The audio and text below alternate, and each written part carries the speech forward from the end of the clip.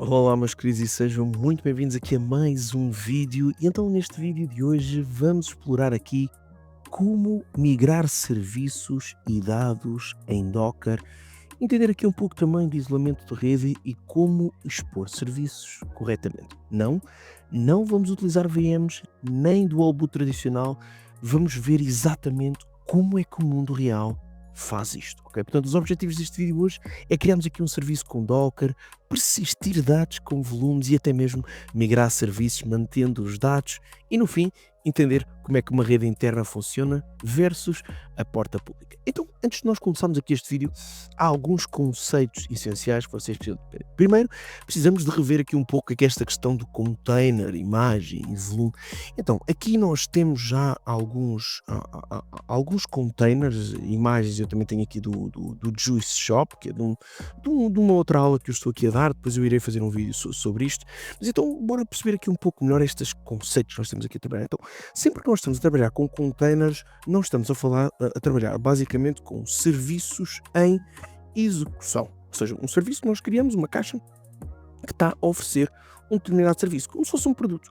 Sempre que eu estou a trabalhar com imagens, é como se fosse o molde desse serviço. Ou seja, normalmente a imagem vai ser o software que eu vou precisar de ir buscar ao host, instalar aqui dentro para depois poder trabalhar e criar os serviços a partir daí.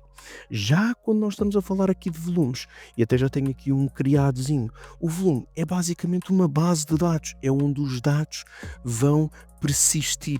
É como se eu criasse uma base de dados através destas lógicas dos Dockers, exatamente para poder fazer com que cada vez que eu inicializo e fecho um serviço, os dados não morram. Exatamente porquê? Porque as redes Docker, que são onde os serviços comunicam, se eu não tiver associado a elas um volume, que é como se fosse o disco D do nosso computador, o disco local C e por aí fora, se eu não tiver um volume associado, basicamente sempre que eu desligo o serviço, os dados que eu tive a transitar vão acabar por morrer, ok? Mas então, bora lá tentar perceber como é que nós criamos aqui uma rede interna. Então, para eu criar uma rede interna, eu vou maximizar isto aqui um pouquinho, ok?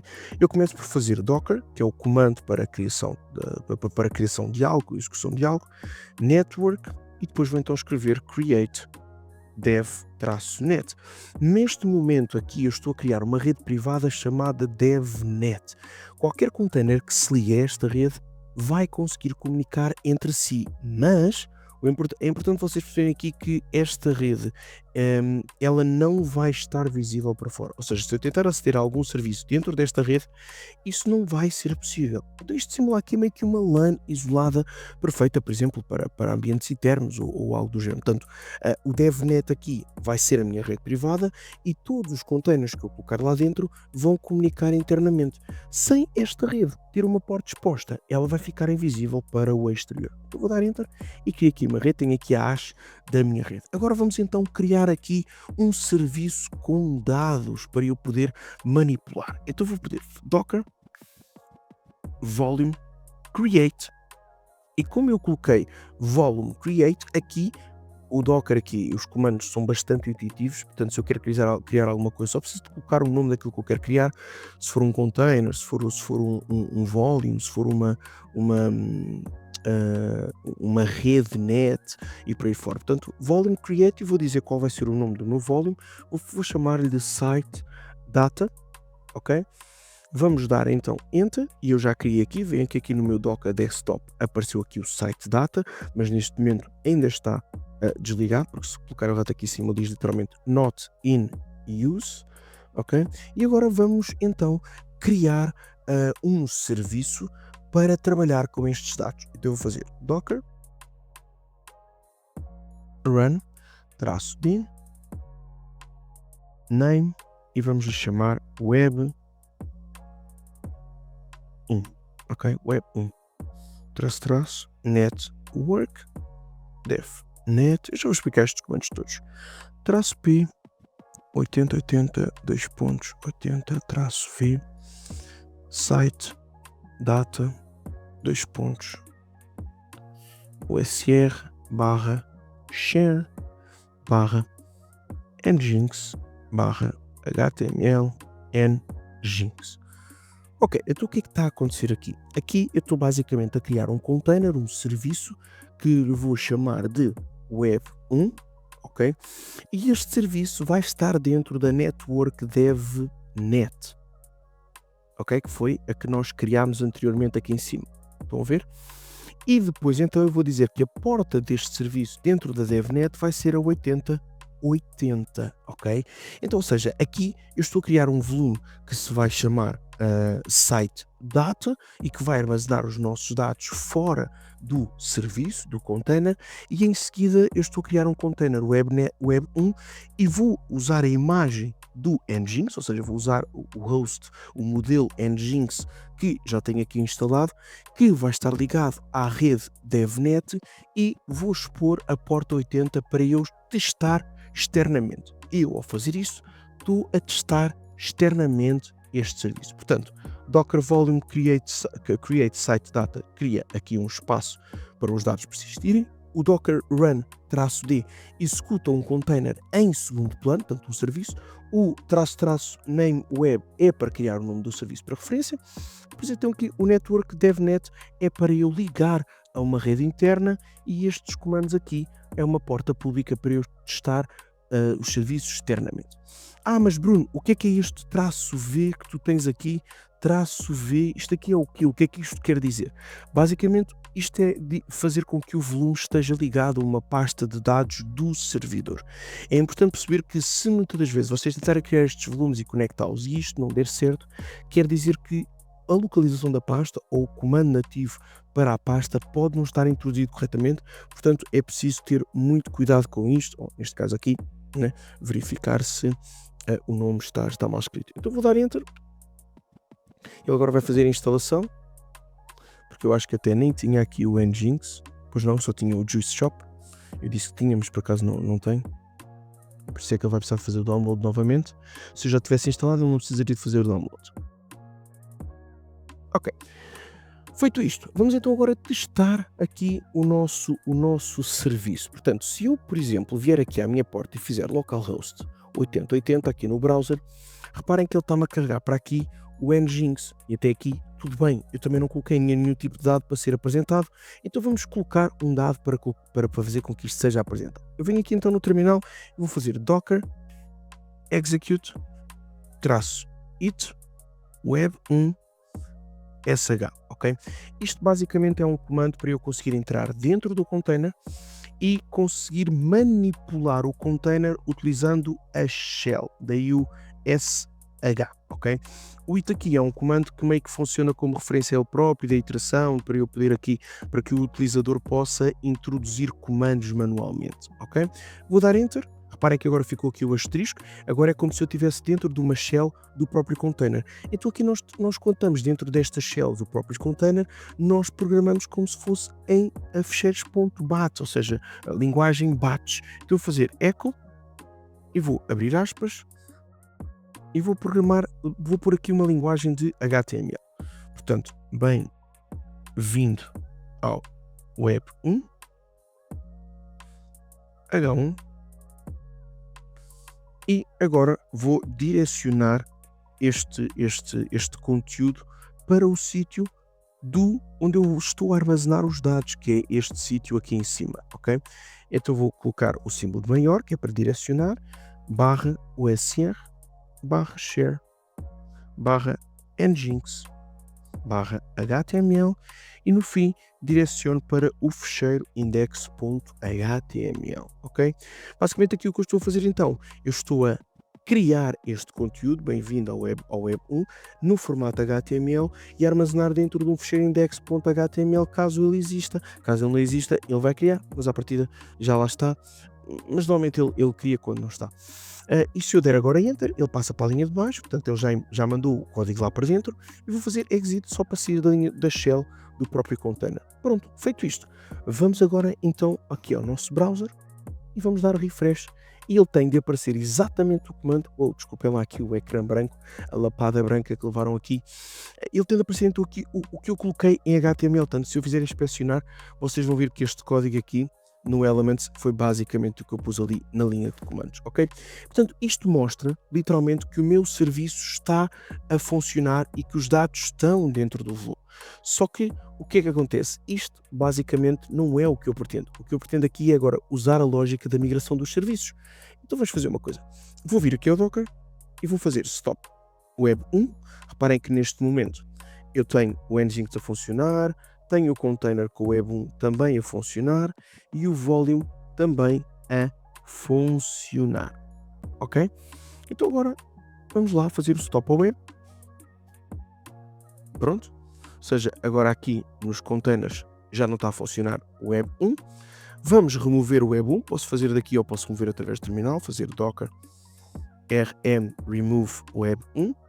Ok? E agora o web 1 já não existe.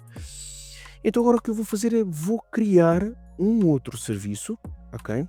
Mas só que eu agora não vou expor o serviço, tanto que se eu agora vier aqui ao browser, der refresh, ele já não está a funcionar o serviço, porque já não está mais exposto. Atenção, é muito importante vocês perceberem que em alguns dos vossos casos isto pode não correr muito bem, o que nós vamos fazer assim por uma razão simples, por causa dos caches dos browsers que vocês estão a utilizar. Então nesse caso o que eu sugiro é fecharem os browsers por completo, fecharem tudo por completo e abrirem novamente o browser ou então limpar o cache do browser. Portanto isto pode muitas das vezes não correr bem esta migração, porque ele fica a guardar ali a imagem do Nginx ou do bem-vindo ao web 1, mas tem a ver com o cache do browser, não tem a ver com código mal feito, ok? Então, voltando aqui ao terminal, vamos agora então criar um novo serviço, por assim dizer, que neste caso agora vai ser o web 2. Vamos aqui então, vou puxar só aqui seta para cima, vamos renomear aqui por web 2, vamos mandar para dentro do network, porta, vsite,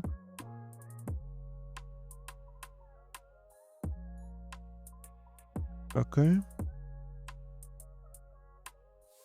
E pronto, agora eu vou criar novamente o volume, neste caso o web 2 ligado ao volume, e vocês vão ver que na prática, reparem, eu apaguei o web 1, eu tinha lá os dados associados ao web 1. Se eu agora ligar novamente o web 2 à porta 8080 e à base de dados que eu tenho aqui criada, que neste momento ela está desativada, se eu voltar a criar um serviço, vocês vão ver que isto vai voltar a carregar os dados. Ora vejam. Ele criou ali, estão a ver? Tal como já tinha feito anteriormente. E agora, se eu vier aqui ao Docker, já tenho novamente o site data a funcionar, tenho aqui o web 2 e vamos ver no browser se isto carregou novamente os dados. Cá está.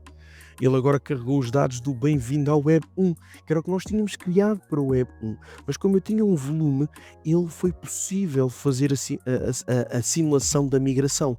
Mesmo que eu tivesse parado e removido o container antigo, quando eu crio o web 2 e ligo ao mesmo volume, os dados permanecem intactos e mostramos assim aqui a migração e que nós não perdemos a informação. Portanto, antes tínhamos o web 1 mais o site data e agora temos o web 2 mais o site data. Portanto, os dados foram preservados e o serviço migrado, ok?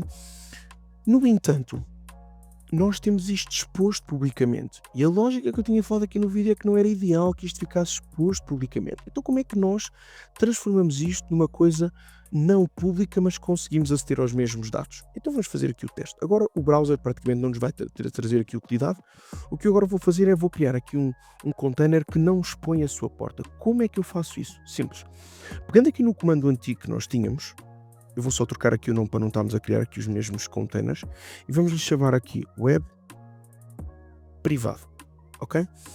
E reparem, a conexão ao network dev-net tem de ser a mesma, porque eu estou a conectar aqui à rede interna, mas agora eu não vou querer que a rede interna tenha as portas expostas, então simplesmente o que eu vou fazer vai ser isto. Eu apago tudo, tanto a conexão da base de dados, tanto aqui a conexão das portas. Eu podia deixar até a conexão da base de dados, ok? Porque o que eu vou fazer aqui com este container é que ele não vai expor porta externa. Ele existe, mas só containers na mesma rede é que podem aceder a este container. E é assim que nós fazemos os serviços internos funcionar em produção, ou seja, eles não são expostos perante o mundo. Portanto, se eu correr isto aqui, eu passo agora a ter aqui, reparem, aqui passa a ter o web privado, o web 2 continua a funcionar, mas se eu vier, por exemplo, aqui ao browser e colocar o localhost 8080, eu pronto, lá está aquilo que eu vos tinha dito, o web 2 ele não deixou de existir, ok? Portanto, mas se eu colocar 8080, que estupidez. O web 2 ele não deixou de existir, portanto eu tenho de o parar primeiro. Vamos aqui pará-lo. Aqui.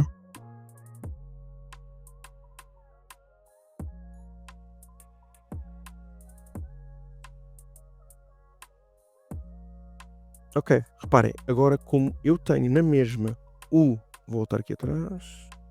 Pronto, eu tenho o web privado conectado, desliguei o web 2, mas basicamente eu não consigo aceder a este porque ele não tem uma porta exposta, não tem como eu aceder externamente, por assim dizer, através do browser. Então, mas existe alguma forma de aceder internamente? Sim, existe. Mas então vamos primeiro, para conseguir aceder internamente, criar um cliente interno. Então, dentro da mesma rede, eu vou criar um cliente para poder aceder. Então, eu vou fazer docker run -it, usamos a mesma lógica anterior, que é para eu poder ter aqui algo que me permite introduzir comandos. Eu vou fazer traço, tem de ser traço, network, dev -net, alpine sh, ok? Então vou dar enter. Basicamente o que é este alpine aqui? É assim como o nginx uma imagem, não é? Aqui um host, que eu estou a buscar ao host, um modelo para poder trabalhar aqui como se tivesse uma lógica de cliente. Pronto, se repararem agora, eu entrei dentro do cliente e agora eu estou, como estava anteriormente no Web 1, eu estou dentro do container e posso mandar comandos. Então o que é que eu vou fazer? Vou fazer apk add curl, basicamente. Isto vai literalmente reforçar aqui a lógica do que eu vou trabalhar a seguir do cliente. E agora então eu faço curl http web privado. Então, o que é que eu estou a fazer aqui com estes comandos antes de eu dar enter nos mesmos? Basicamente, eu primeiro eu fiz adicionei o pacote, o package de curl, exatamente para eu poder introduzir comandos, para poder funcionar na lógica de cliente, ok? Portanto, aqui o curl que me vai permitir é que eu consiga, dentro do próprio container, ter uma ferramenta para fazer requisições, ou seja, isto é usado apenas aqui para simular um cliente, como se estivesse a pedir algo a um servidor, a fazer uma requisição. Portanto, o curl aqui vai fazer o trabalho de um navegador ou de um programa, por assim dizer, a enviar os pedidos HTTP. E quando eu coloco HTTP web privado, que é o nome da rede que eu criei aqui, ok? Basicamente o que vocês, da rede, desculpa, do container que eu vou colocar ali, reparem que eu não estou a usar um IP, nem localhost, eu estou a usar o nome do container.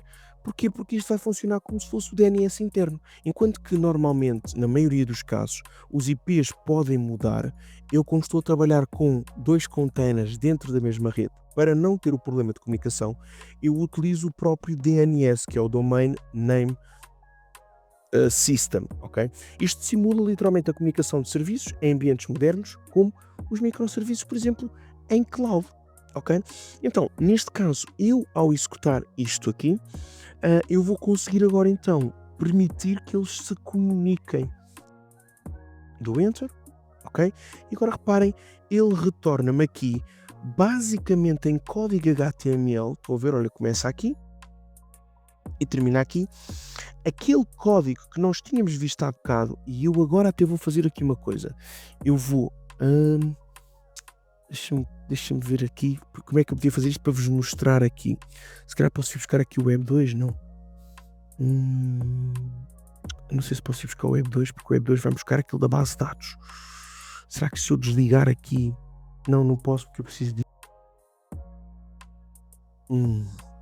Não posso, eu preciso disto, não, então pronto, ok, mas o que é que ele está-me aqui a trazer em código HTML? Até se eu tirar isto aqui e colocar num fecheiro, no Visual Studio, por exemplo, vocês vão ver que o que ele me vai trazer aqui, até posso tentar simular isto aqui rapidinho, espera lá, aqui assim, venho aqui, coloco isto aqui, não vou conseguir, provavelmente não vou conseguir copiar aqui, ok. Mas pronto, eu queria tentar mostrar-vos aqui o que é que tem lá, mas basicamente isto aqui é o código HTML daquela página que nós vimos há bocadinho quando ele fez o descarrego do Nginx e mostrou lá bem-vindo ao Nginx e não sei o quê, antes de eu fazer a inserção dos dados.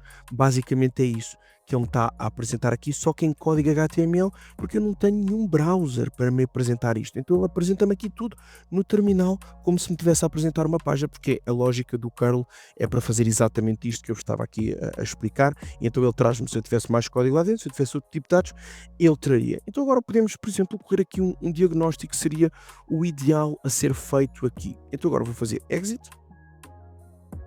Ok.